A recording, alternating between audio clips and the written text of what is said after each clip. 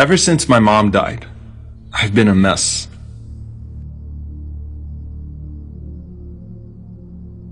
My emotional disarray has translated into much of my life becoming a pile of junk. I need to get married. I need a woman who can reorganize my life, cook for me, clean for me, and take care of me. I mean, look at me. I'm pitiful. But how am I supposed to clean up after myself when I've already got so much on my plate?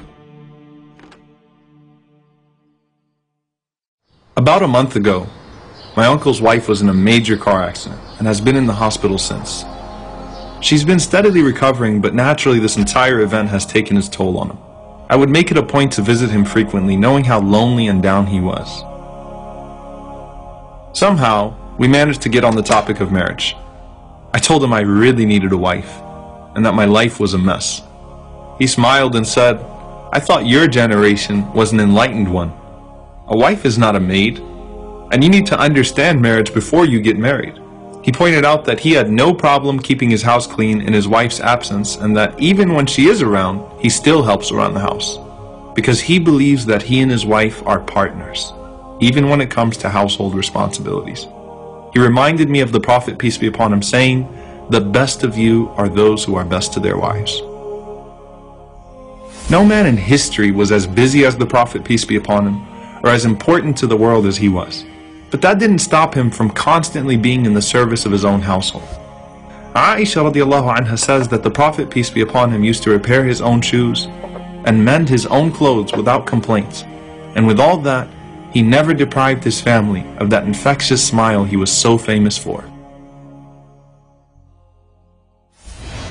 Men are from Mecca and women are from Medina, but in the end, we're all from Allah.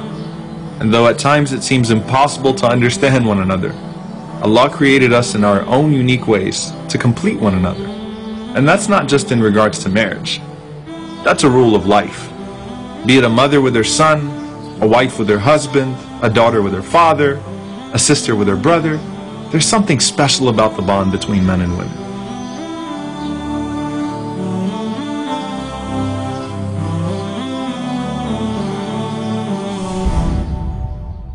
My uncle told me that women often go unappreciated in our lives. And part of that lack of appreciation is that we belittle what they're capable of and reduce them to maids. That's why the Prophet, peace be upon him, taught us that though we may never repay them, we should at least recognize their efforts and be grateful. Not only that, but we should honor them and hold them in the highest regard. You know, your mother didn't just clean after you. She made you the person you are today. She didn't just change your diaper. She built your character. Through sleepless nights and constant worrying and prayers, she proudly watched you grow.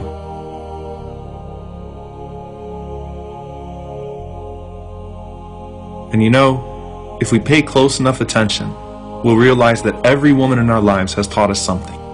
If nothing else, how to be more loving and compassionate. وَوَصَّيْنَا الْإِنسَانَ بِوَالِدَيْهِ إِحْسَانًا حَمَلَتْهُ أُمُّهُ كُرْهًا وَوَضَعَتْهُ كُرْهًا وَحَمْلُهُ وَفِصَالُهُ 30 شَهْرًا. Allah mentioned 3 things that your mother did for you that no one else has. She carried you, gave birth to you, and nurtured you in your infancy. Perhaps that's why when the Prophet, peace be upon him, was asked, "Who is most deserving of my affection?" he said, "Your mother 3 times, then your father." My uncle told me that in anticipation of his wife coming home, he wanted to do something thoughtful for her to show her how much he loved her. Her favorite pastime was putting puzzles together, especially with her grandchildren. So I thought I'd make a puzzle for her, actually of her, to show her that just as she completes me, I can sort of complete her. She absolutely loved it, and I loved that she loved it.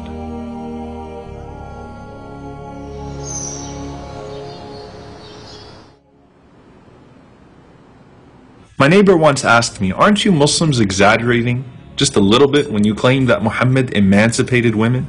Just because he spoke out against killing your daughters and beating your wives? I mean, aren't those things understood? Do you really need a prophet or a holy book to get that?" I told him that the women in the days of ignorance were viewed as less than cattle, and that the Prophet went beyond simply teaching us not to abuse or harm them, but he taught us to honor and cherish them.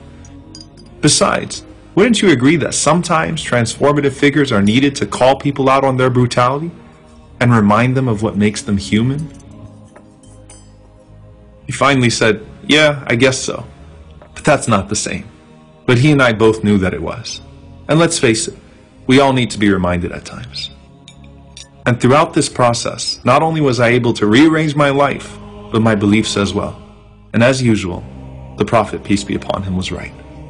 Rasulullah, how amazing must you have been that when you said the best amongst you are those who are best to their wives, our mother Aisha responded, and you are the best of them. Not only were you the greatest prophet, leader, and teacher, you were the greatest son, husband, and father to ever live.